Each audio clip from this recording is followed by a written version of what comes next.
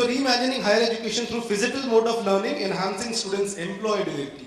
So physical again is a combination of two words, which is physical and digital.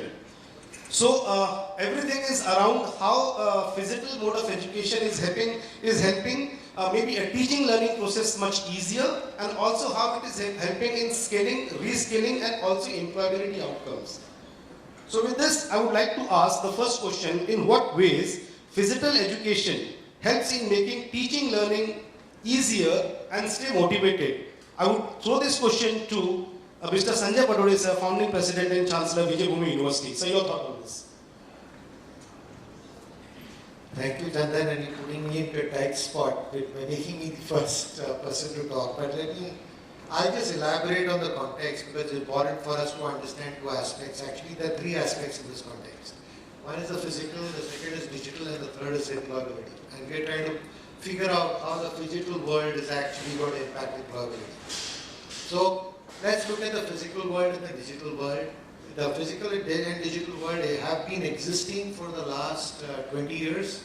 It's just that during COVID-19 it has impacted us, and the digital has emerged because that was the only option over the last 2 years. So digital just emerged out. Fortunately, it's good to know that earlier we were completely physical, so it's completely polarized, and in the last 2 years we've been completely digital. Right? The physical is going to happen now. So it's not happened, it's happening now, where we have understood the limitations of digital right now, and we know the powers of physical.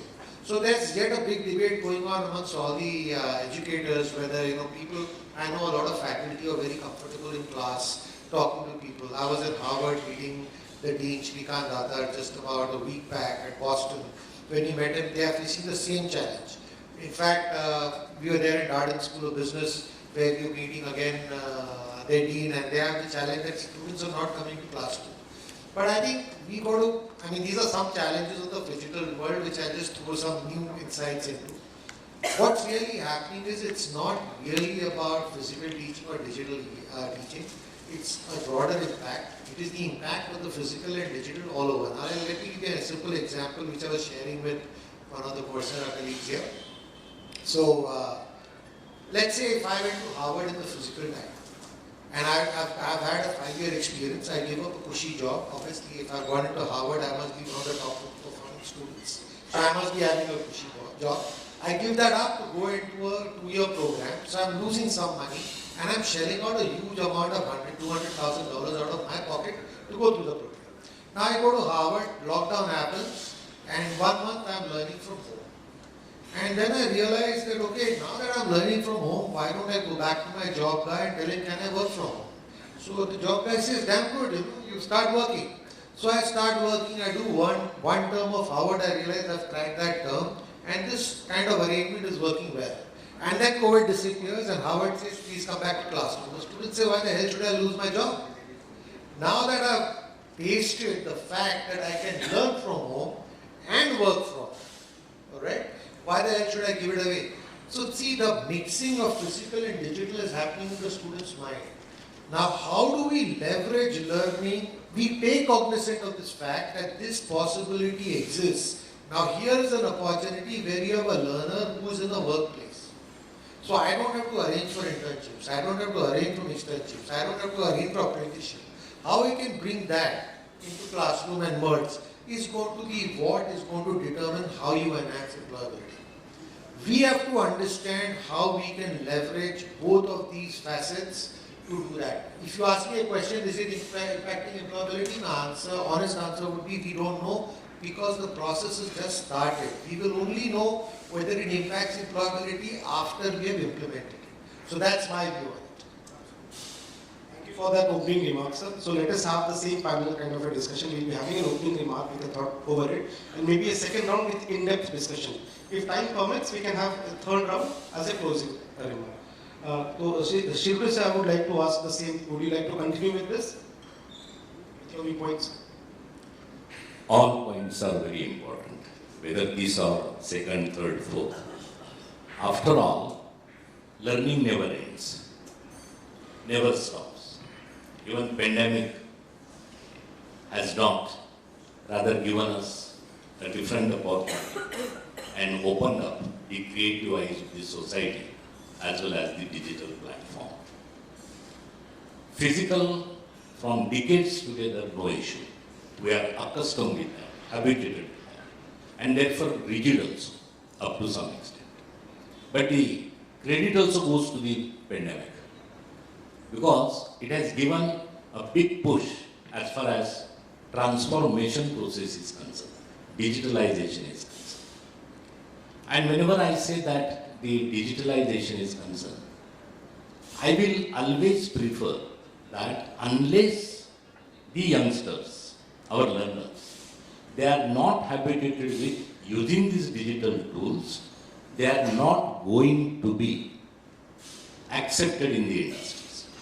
So whenever we talk about the employment and whenever we talk about the physical, now there is no question as far as whether physical or digital. Physical is going on. Society has accepted. Students have accepted. Again, there are two things. I am talking about India and not talking about Bharat. Okay, so that I will not take into account. I will talk with India only. That is where things, infrastructure is quite well. And particularly the PG education is always focused, target oriented. And what is the target? Employment is the target. What is the outcome which is expected by the students? That is where they are going to placed. So now there are three questions whenever we talk about this physical and the employability. What are the expectations of the students from us now? What are the expectations of the parents from us? And what are the expectations of industries from the institutes and universities? And if we have the three questions in our mind, particularly whether the university or whether the PG program or standalone institutes are concerned, the question is very simple. K plus S, which creates the W, that is knowledge along with the skill sets, keeping balance, indirectly impacts as far as the wisdom is concerned. And what is going to be lifelong, that is the only your skill set. And therefore, in a very simple word, I will say, if we produce a gold, it will be sold. And whenever I say that, if we produce a gold, input, process, output, we get the input from the society, that is the learners. It is in our hand how we are going to process them, how we are going to taught them, what type of the skill sets we are giving them, along with the text, along with our curriculum. And if we have a mixed, best possible, best of the best combination of it, certainly output will be as per the expectations. And therefore, employability is nothing, but I will put it simple triangle. On one hand, we are having a traditional mode, that is the physical. On the other hand, we will have a transformational mode. And the combination of both will be a developmental. And developmental is related with what? It is related with the type of the organizations which are accepting our physical learners. And therefore, my most important submission as far as this particular point is concerned, that we should have the up-to-date skills, and there are certain skills which we can't give it in the form of physical mode. But there are certain digital skills, transformational skills, which we can give it on the digital mode. There are different types of the digital tools and the devices are there.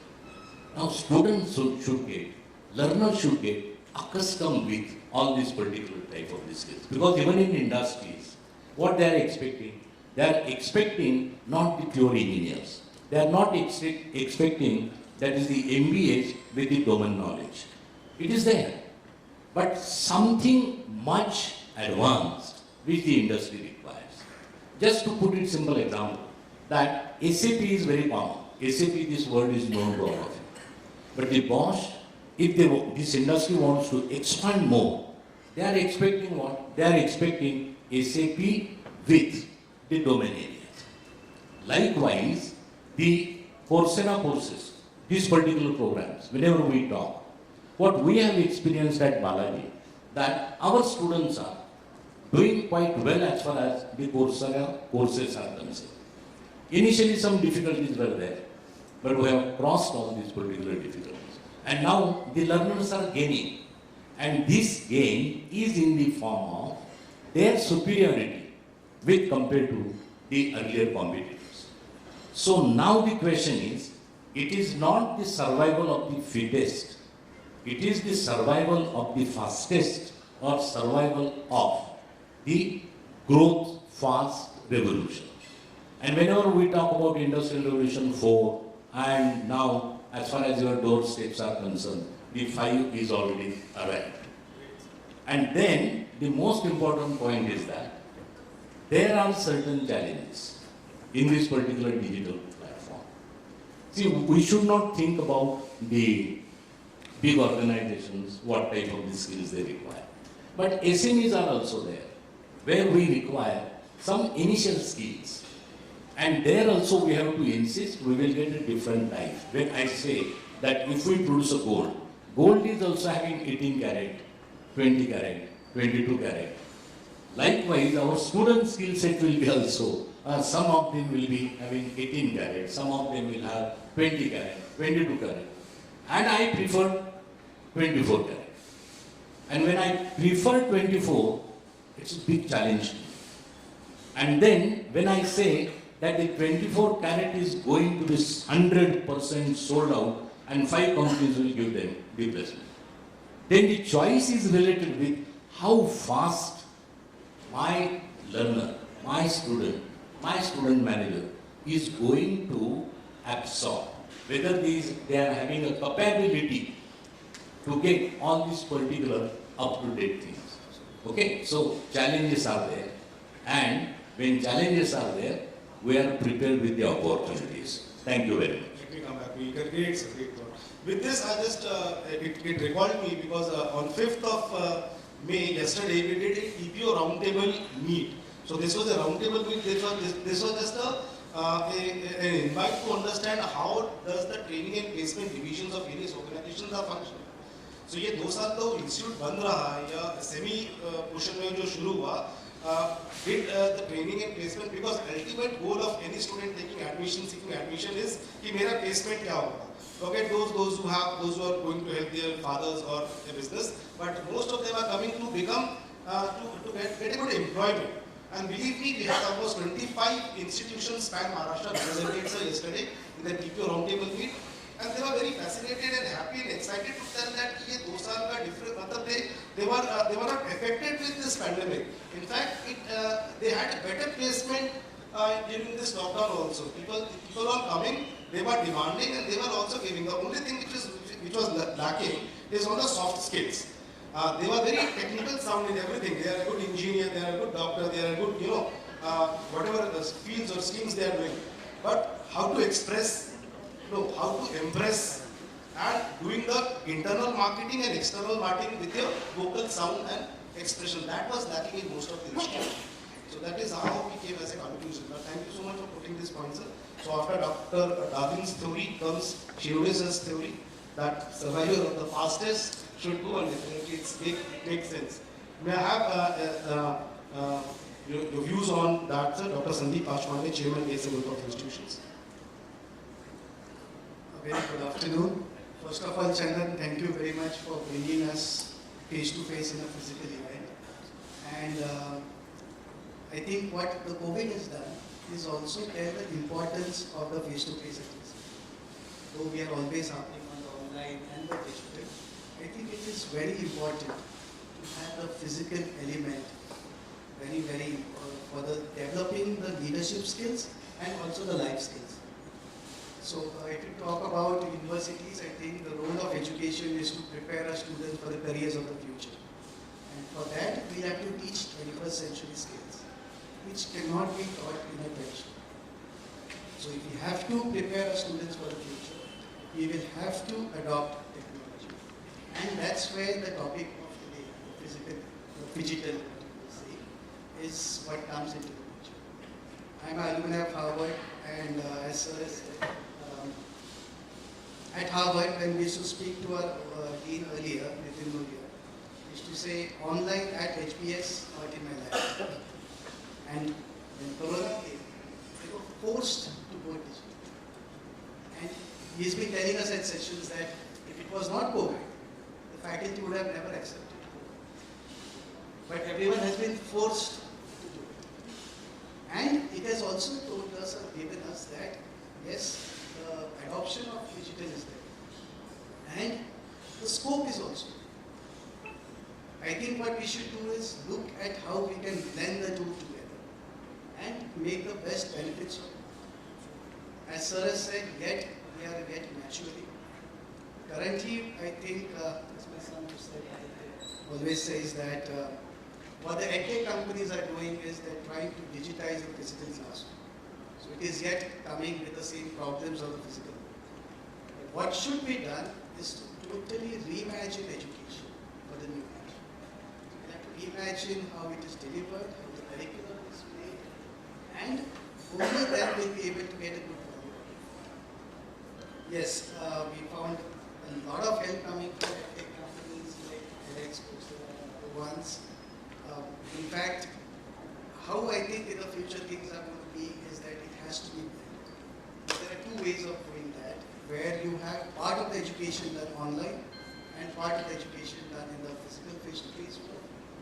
And in fact, other things what all of us have been experimenting in the lockdown is to see how some students can be in a physical mode in the classroom and others can be virtual.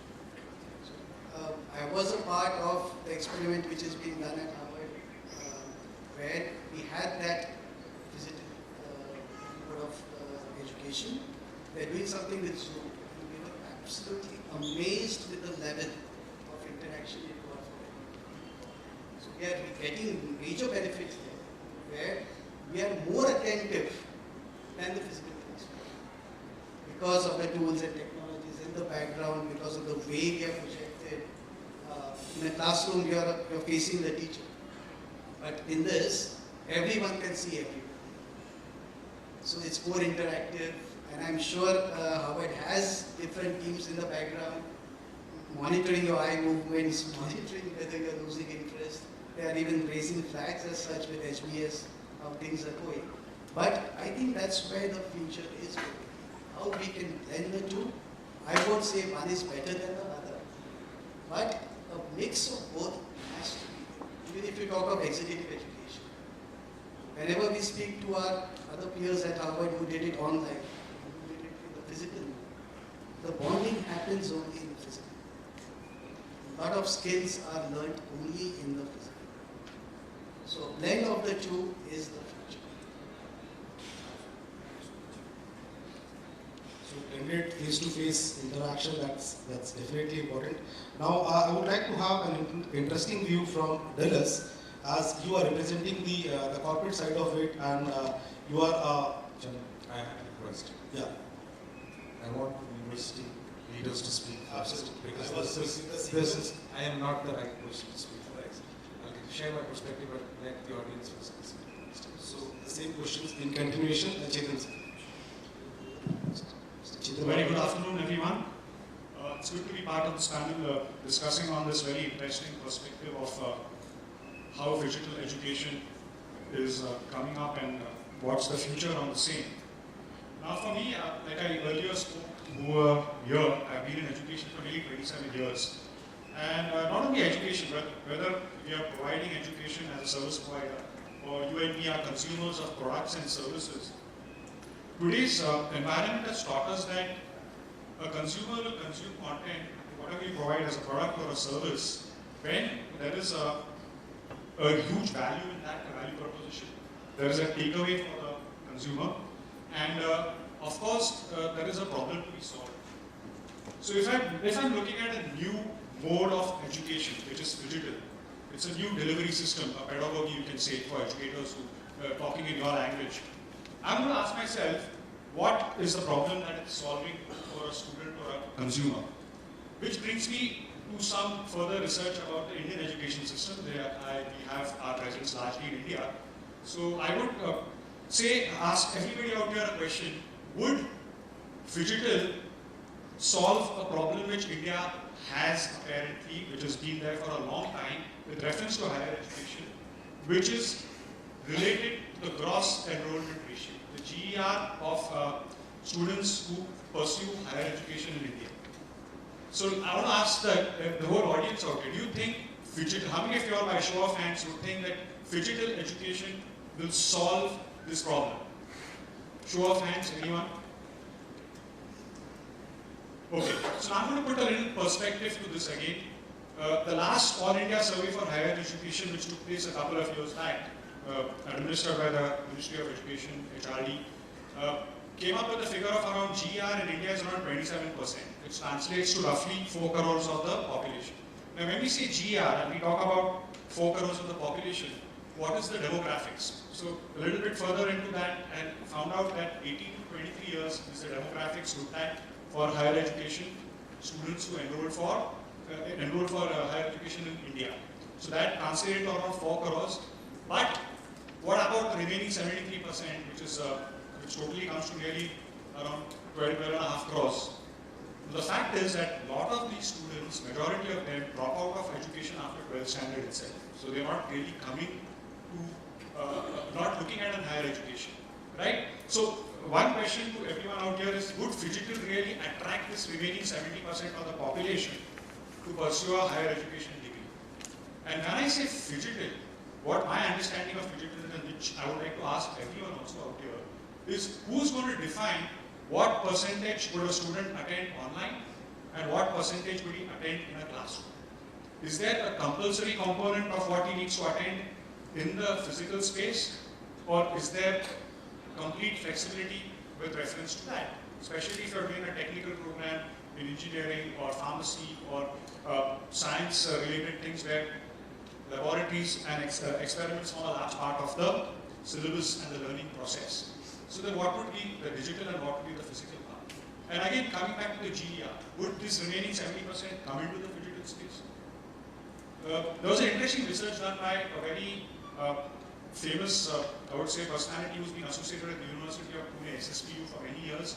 Today he's, I think, gone on to become the chairman of UGC, Dr. Vishwakarma. They had commissioned a study a few years back where they said, is GER the right factor to consider higher education studies in India? Of course, they came up with a new parameter which also has been used in other parts of the world called eligibility enrollment ratio, where they say that you should consider only those students who have passed 12th standard to be eligible, who are eligible for that, and not all students in the age group 18 to 23 years. So which then takes the enrollment ratio in higher education in India to nearly 60%, which is on par with most of the developing countries. So from my take now on this digital thing is that we have largely been in physical space of education. I think that provides a solution to the education needs of India's youth. Today I think India, like Sir correctly said also, there is a larger component of Bharat and a lesser component of India still prevalent in our country. So a PHYGITAL solution, I think, is not going to solve that problem of educating 18 to 23-year-olds in higher education space if we go through PHYGITAL space. That's, unless we are able to get good institutions developed in the rural parts where the students today, a student cannot really continue to work. First of all, let's ask ourselves how many students after 12th standard are going to get jobs in India. Our graduation system itself is not enough to get 100% jobs to our students. So beyond 12th, no. So largely I still feel next 4 to 5 years, students would need to go to a college to do their graduation. Then comes the question of higher education. So where I feel there is still a better success factor available to succeed in the PHYGITAL space. Because there would be large number of students who would get jobs after graduation. And then they have an option of combining the PHYGITAL aspects and pursuing a higher education. So my take on this thing is largely to sum it up in the next 3 to 5 years. I don't see PHYGITAL boom. It's not going to go crazy because I don't see the capabilities of 12th standard plus students really getting jobs and doing other activities besides pursuing a good education in a physical environment, which I think is essential, at least at the graduate level, for students to develop their potential fully. There is no way a peer-to-peer experience, getting inspired by a faculty in a class today, developing interpersonal skills of communication, leadership, confidence building. Somebody talked about soft skills earlier. I don't see how confidence building can happen unless a student gets to make a presentation in front of a class, standing in front of the classroom.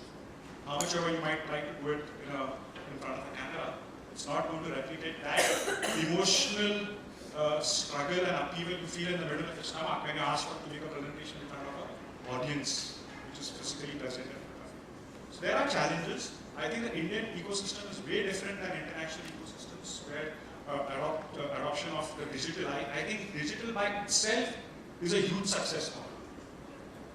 Physical by itself, again, has its super merits. Digital, somewhere I'm like trying to be the devil's advocate out here. I feel there's a long way to go before we can really say that, okay, this is what. And there's a lot of regulation. Again, I feel that for digital to succeed, there have to be really clear guidelines which the governments need to lay out on what is allowed and what is not. Tomorrow, a phygital would be only on paper, whilst students will want to learn purely on digital. The physical aspects would be thrown out of the window. So then who's going to really put down the things? Right now, NEP, the digital university, everything is like at a very nascent stage. So I think we need to play a wait and watch game to see how well the central government and the state government put down the guidelines for regulating phygital. Digital so far has been largely unregulated by any of the governments, and they're having a free flow, so it's make hay while the sun shines. But when we come to phygital, I'm sure there would be a lot more stringent guidelines and rules. So let's wait and watch, and of course it's an exciting platform to be that I'm sure we all would learn as we go and keep our efforts always to deliver the best to our students, right? My question, so regulators again has to be facilitators rather than just the regulators, so that is how, but it is again a shared responsibility of we people and putting it in as a vocal voice and this kind of discussion. I would also not like to keep it just in the social media. I would like to make it in a draft and definitely like to present people who could not make up to this event. I would like to present this to the ministry, UGC and AICT office. Okay, this is what the educators and academicians have to say. But again, Chetan said to you, though you have a KG to a PG kind of infrastructure, in this kind of scenario, physical, which is more challenging? Is it K-12 or is it higher education? So you see, is in the physical scenario what is more challenging? Yeah, the physical mode of... No, physical mode, everything is great. There is no challenges. Physical mode. Instead, the challenge has been if we have to go ahead and make it a hybrid or a phygital thing. Now, I'll give you an example. Again, somebody was talking about Howard and the classrooms which they saw. I'm happy to share that today INDIRA has been the forefront of using technology to do this transition very fast and very smoothly. Our first hybrid classroom would be ready by next month. And what he spoke about, exactly that same experience we are replicating in the classroom with cameras.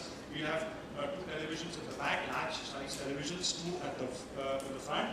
And the teacher would need to just look at the classroom in one space, and the technology, the computers would all take care of the whole thing. There will be multiple cameras capturing the movements. This whole technological infrastructure, we are already replicating it to share with all of you all.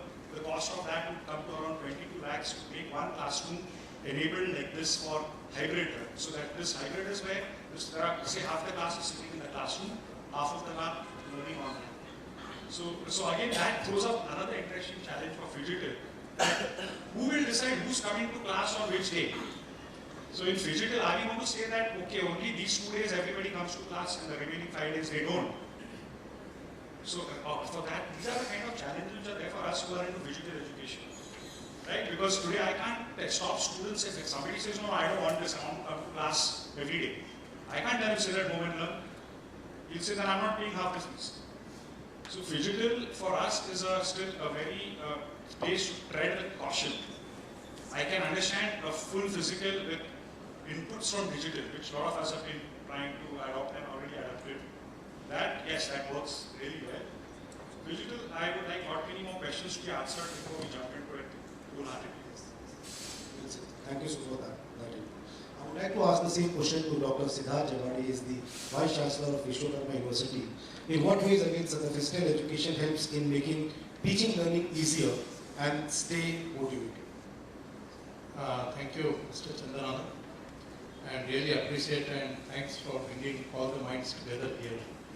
And as you have rightly stated, you are creating communities, and it's a very enriching experience to listen to all them. So I would like to take further from what Mr.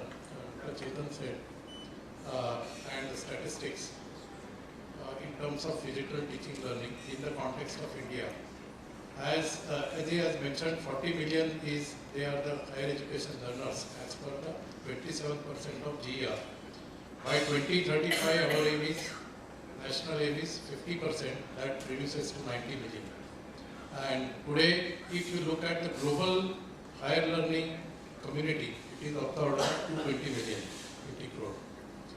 Now, very important point when we talk about our country is what is the kind of fractured digital contours of this country, because there is a digital divide and digital gap.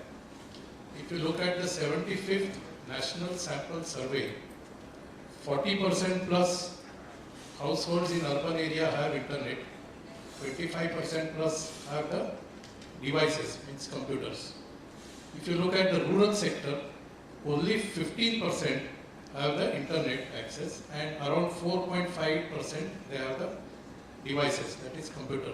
So this is the data, because we all live in the age of data, right? So we first understand what is the reality.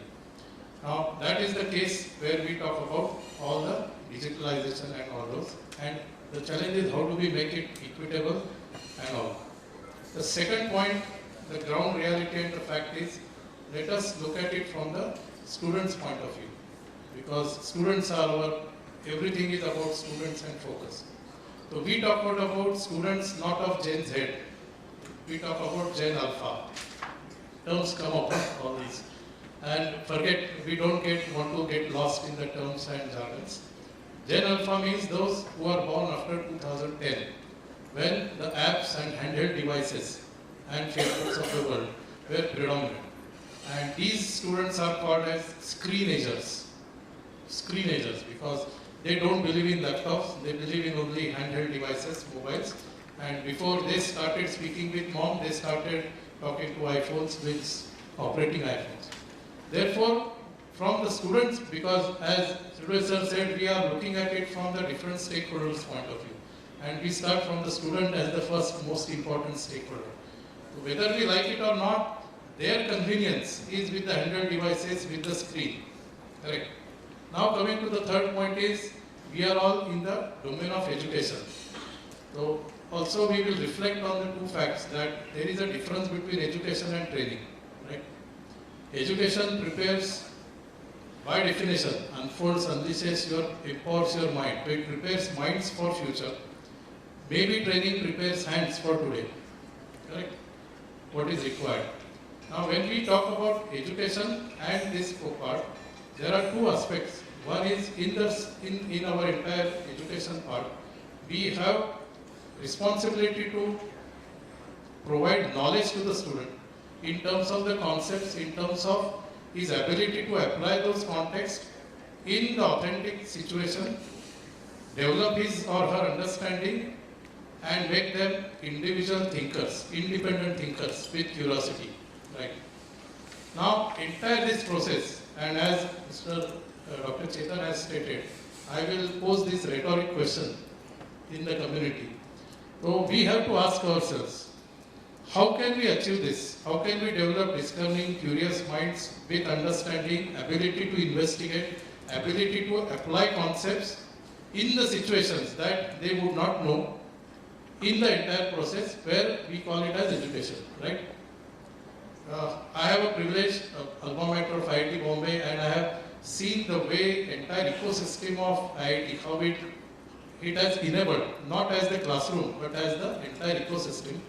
And also another privilege of being the head of the institute, teacher, and father of the son who is in IIT Bombay. studying undergraduate, and I have seen him in last 2 years when he was in home at our residence because of pandemic, and how passionately they wanted to go back, and how higher learning institutes are operated right from home, because I am very much part of it as a parent. And all. So this part we have to ask this question. Now coming to the fourth point, right? And this question there is no answer. It's our community that we have to understand and bring out some model which is appropriate for India, which is in the context of India, which is in the context of our entire country, its demography, and most importantly its industry, what they want. And don't forget, in the context of teachers, because don't forget, we are a human organization. We don't create, see, in normal organizations, machines create some product. Here humans create humans. And teacher is the central focus point on this. So also we have to take into account that part. Coming to the fourth point, this is all about data, and when you use word phygital, that digitalization has created ability to harness data, curate data, and leverage data. And I can give you one example for the skills and industry. We have like the platforms like LinkedIn, where you know at the fingertip what are the skills, what are the top skills, and parallelly LinkedIn Insights, LinkedIn Learning, what are the skills and what are the availability. So we have to take advantage of this with this kind of platform that will boost us, because that's an access to data. I'm not using word only LinkedIn. There are many platforms like this. We have seen it very effectively. How can we leverage that? So that is also another fourth point. And fifth point is, please let us not forget our teachers, because first in all this digital, physical, digital, they are the ones who will decide the fate. All of us sitting in this great room in the air conditioning, we can decide policies and strategies. Our teachers are the last mile connectivity. They are the one who are going to be in the classroom and talking to students, understanding their mind. They are their parents, they are their mentors, they are their teachers. How can we empower them? How can we build confidence in them? Because it so happens that they say, I am outdated, because so many platforms, so many consumption. Then our teachers and our students are not consumers of content. They are not the mere consumers of content and information. They have to internalize, understand, interpret, investigate content in a manner they understand and they are in a position to apply. Otherwise, in the words of Dr. Yuval Harari, we will be creating a useless class. Correct? Because everybody is so busy in consuming information, but not trying to convert it into a wisdom and trying to process it. So that's the way, and that's where teachers' role is important. And at Vishwakarma University, Pune, the first part what we did, we have collaborated with NTU Singapore for the faculty capacity development. NTU Singapore is the Asia's topmost university. In terms of adapting and adopting this pedagogy. Secondly, we have collaborated with Harvard Business School, with the professors there, and also IIT's, it's my alma mater. Second part is Professor Yogesh Deshpande, who comes from IIT Guwahati, and he has PhD in human interface. He is here. He heads our Vishwakarma University digital platform. And what we have created is the entire setup in terms of the classrooms, in terms of the studios, and training teachers. How can you shift from here to here without forgetting your roots? Because very important when we are adapting technology, technology is innocent. We can make a devil out of it or we can make a God out of it. And how can we empower them? And how can we transit seamlessly without any loss to achieve the course outcomes and what is required for this? And in addition, all my fellow speakers have already discussed. So that's where we focus and that's where we have to also part. And I have one suggestion, if I may. Similar platform and gathering, it may be good to have this for students, because we have to listen to their voice, what they want. See, we keep hearing about industries and their requirement, but there could be a select forum of students who can voice what do they want in terms of their mode, their pedagogy. Thank you so much. So definitely say B2C will be doing for students. I have to again do this kind of B2B events, engaging academia and EdTech and corporate. कि भाई पहले एक line में तो At least have your mindsets together ना कि जो academia को चाहिए, is government aligned to it? EdTech is willing to experiment, re-experiment, rebuild your product. उसमें बहुत सारे techniques लाना चाहते हैं. He wants to make that software that आप user friendly, depending upon your choice, taste, budget, everything. Are you ready to invest that? ये केवल digital की बात कर रही है. Very well said. And here in this entire part, our students and teachers need to be the winners.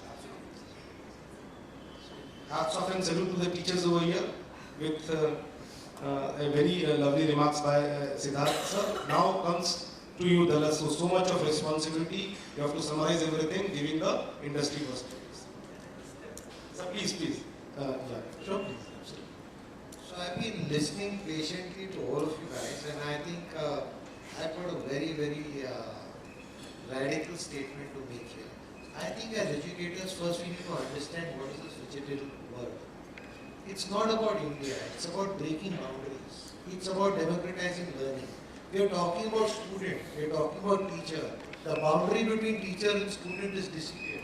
Just like the boundary between producer and consumer disappeared and became prosumer. You have to look at the digital platform primarily from the perspective. Now let's look at Coursera, for example. They've got many courses. They keep talking about we've got universities, faculties bringing in there. But there could be courses even being offered by practitioners who are never teachers. So the boundary between teaching, learning, mentoring, coaching, all this is disappeared. It's all become as facilitation of learning. First of all, what the digital world is doing is democratizing education, democratizing learning.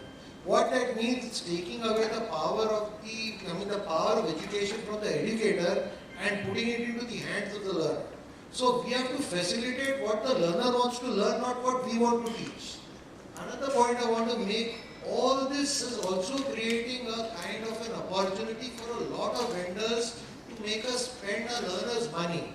I don't think we require a 22 lakh classroom to actually deliver hybrid class. I mean, Harvard did it, but it doesn't mean that we have to replicate Harvard. Coursera doesn't need that class. Okay, PHYGITAL doesn't need that class. There are many ways we can innovate to deliver on a tab without actually creating a hybrid classroom.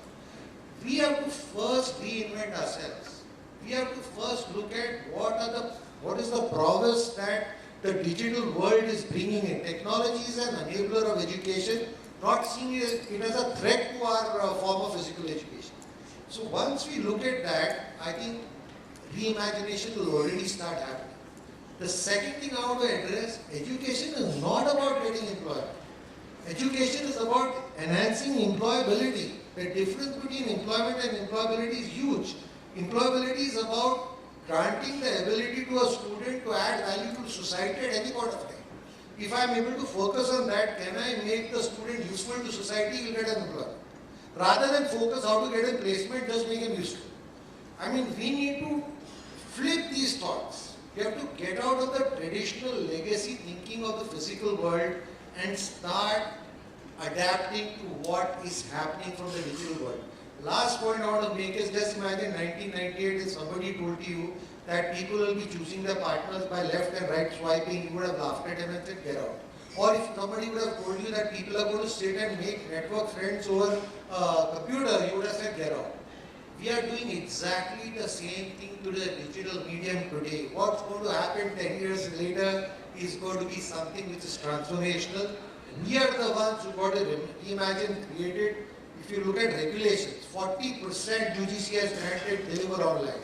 I think UGC is, and NEP is gone just bizarre. I mean, it's not a delta change, it's a transformational change. If you look at the intent of NEP.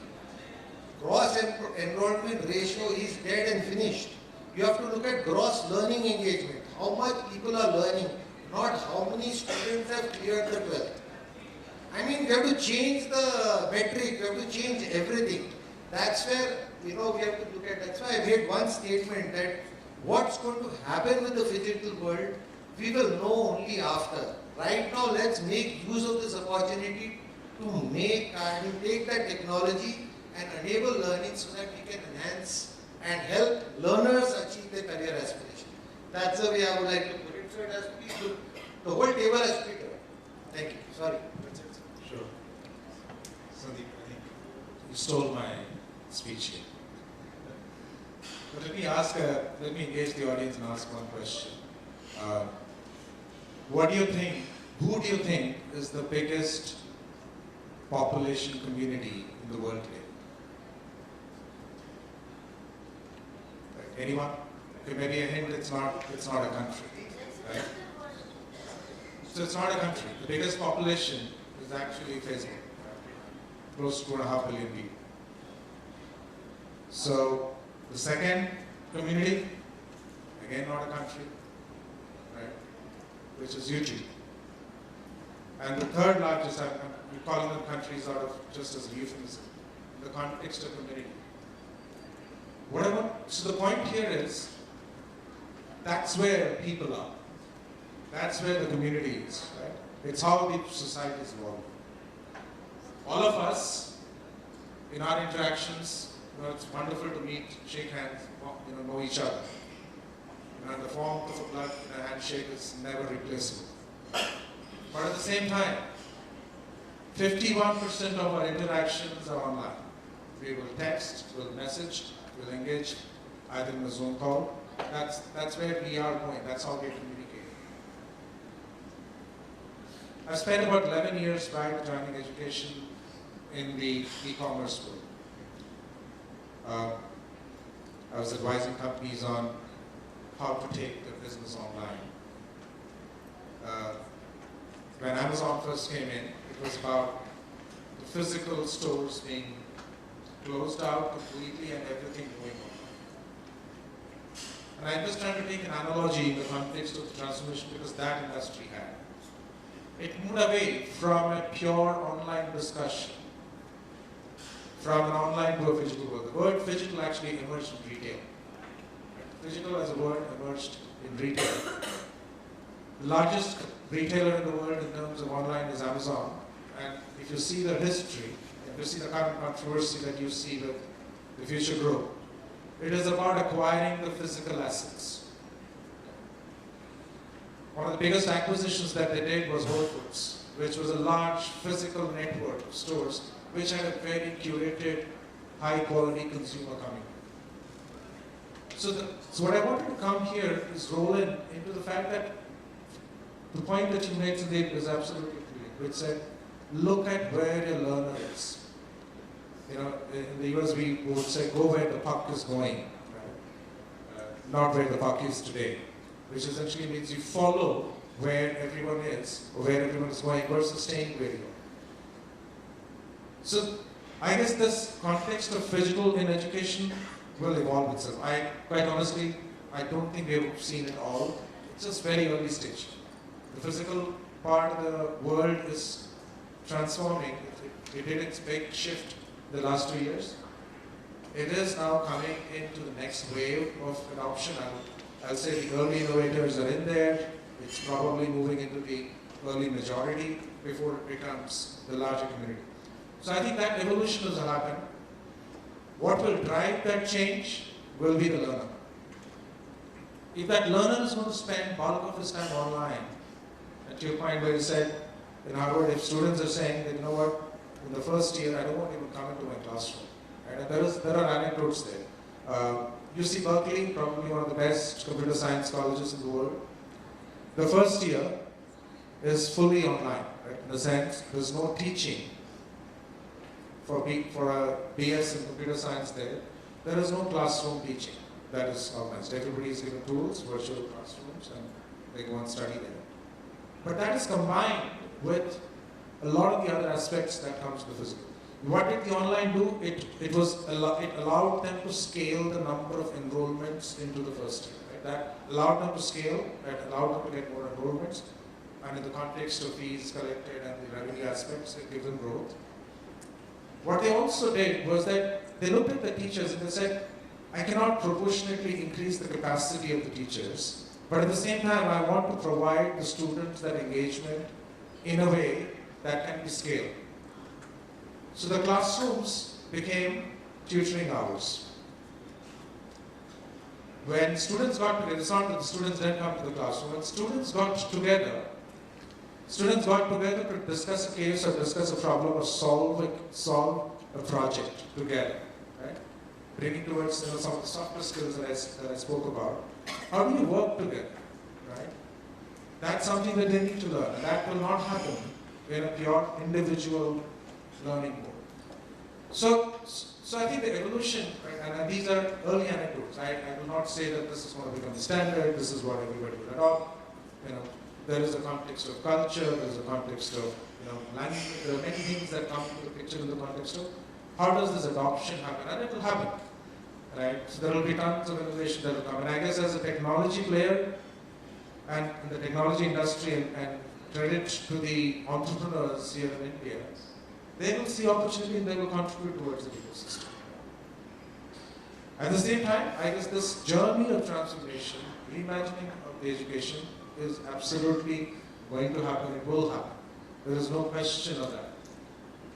I think I'll just conclude by saying, you had a line that you said, "Dheere dheere hi sahi, sahi path par to chale." So over to you. Thank you. I won't be going for the second round of questions because I think we are on time. We can just have a Q&A from the audience, from the superstars. Before this, whatever all of you have pointed out, I agree with all these particular points. But one should not forget, whether it is physical, whether it is absolutely online, whatever it may be, there should be a confluence of cognitive, psychomotor, and affective domain. Because that is the foundation of education. One should not forget in a physical mode also. And the most important part, that in this particular journey, that is the learning, whenever we talk about, that learning should be always acquisition of knowledge as well as skills, digital skills, assimilation of knowledge and skills, and the most important, the outcome is application of the knowledge and skills. This is the submission as far as this particular conclave is concerned. Any closing remarks from your speakers, or should I? Just to add to you, I think one interesting case study that all of you must study if you're interested in pursuing this is how Arizona State University grew up in the last 20 years, and it has become more inclusive. It's used online, and that is going to be probably the biggest threat to our education system, primarily because we are thinking that, by not allowing foreign universities to repatriate funds, they won't come in. The digital space is not going to block that. The digital space will allow them to come in. And if we are going to sleep here and think that we are insulated by our regulators, I think our regulators are far ahead thinking that we have to liberate these guys. And that's what they're going. They're like completely hammer and tong saying that remove the world shackles and let the market forces decide. So the writing is on the wall that we have to catch up with times. Times are changing and they will continue to change. वही बात होती है sir कि मुबारक हो उन्हें सीढ़ियाँ जिन्हें छत पर जाना है, मुबारक हो उन्हें सीढ़ियाँ जिन्हें छत पर जाना है, हमारी मंजिल तो आसमां है और रास्ता हमें खुद बनाना है. So we have to do that efforts, and thanks to the tech partners who are supporting us, helping us, and collaborating with us in making our thoughts actually implemented in the classrooms. And whatever we are doing in effort is just to make the teaching learning process easier. This is something for the benefit of the society and to our students. And with this comes a teacher training part also, because when you invest in it, in a technology, there is always a portion which you have to invest in the teacher training, so that the person who is using that technology, he should first understand the use of it, put some questions again back to the management, so that the management could again talk to the tech team. These are the challenges which on ground we are realizing. So thank you so much, this lovely panel, for making this incitement. I know that this 1 hour session is not going to make justice to the kind of topic which you have selected, and leaders are representing the higher education fraternity of Maharashtra, I can say that. Those who are just inside, they are representing the K-12 to higher education, even to the PhD. So thank you so much, sir. On my humble request, you managed to block your important schedule and join us to witness this audience. And over to the, thank you so much.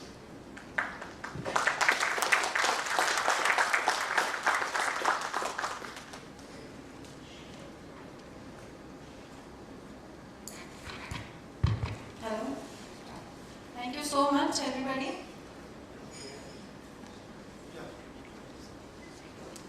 So I request Mr. Chandan Anand to felicitate our honorable panel guests.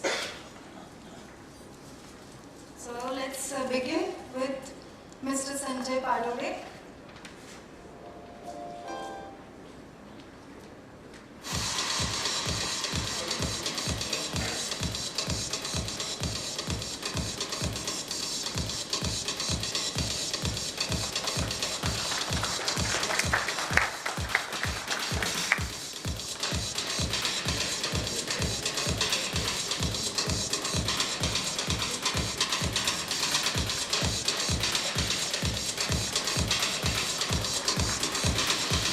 Dr. Sandeep Pachpande.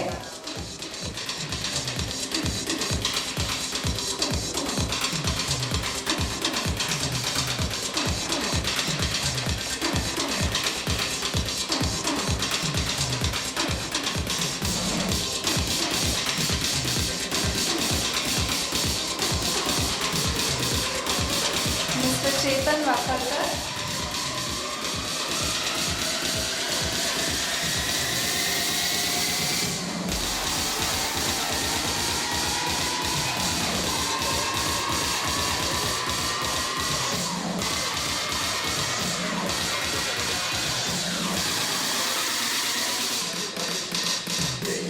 Professor Dr. G.K. Shirude.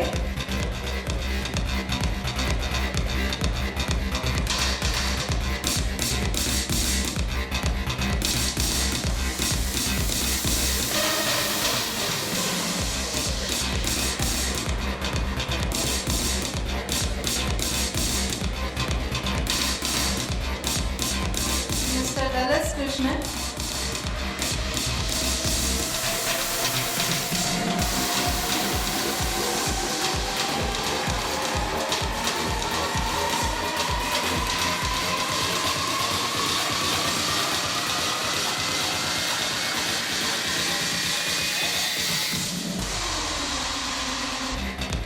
Dr. Siddharth Jabade.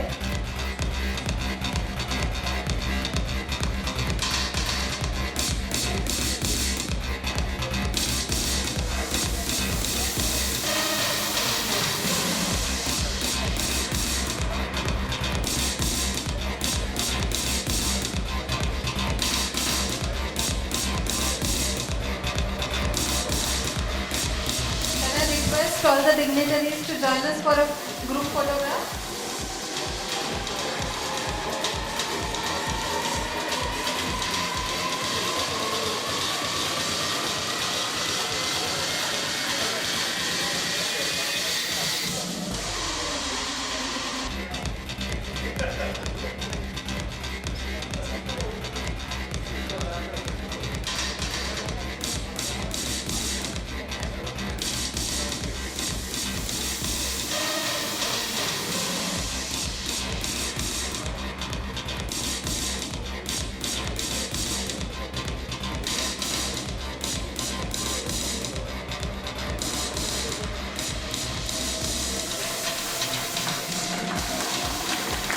Thanking all the dignitaries present here